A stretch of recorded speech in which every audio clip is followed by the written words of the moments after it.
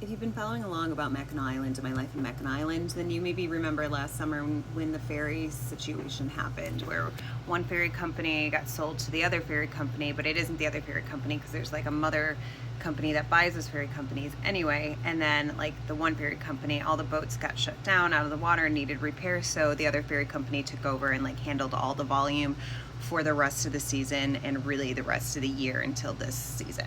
Okay, maybe you're up to speed, maybe not. Well, there's been a whole issue this year with the almost like a fight, essentially a fight to increase ferry prices and parking prices versus what it was last year. And technically, I guess, legally, I don't know if it's legal, Mackinac Island has been able to yay or nay those ferry price increases to make Mackinac Island accessible to tourists and then also affordable for us.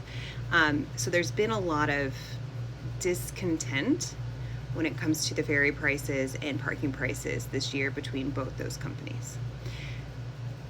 Yesterday, I was walking downtown around 8 o'clock at night, and the Shepler's ferry line from their dock was all the way down to the Iroquois Hotel. Like, it was so long. People were walking up there and going, "Is that our ferry line?" And I was like, "Well, which ferry?" I was just eavesdropping. I wasn't working for the ferry company.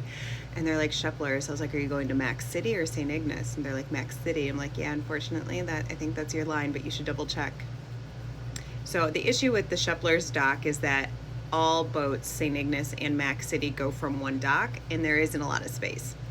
So that happens. And Max City is the dock, the port that most people go to and from the island. So Arnold Transit has two docks. They have the main dock and then the Reba dock. And right now, St. Ignace goes to and from out of the Reba dock, and then the main dock is Max City. So it disperses and spreads the crowds and the traffic a bit. And those are bigger docks. So it's super congested. You'll probably wait in lines. Plan accordingly.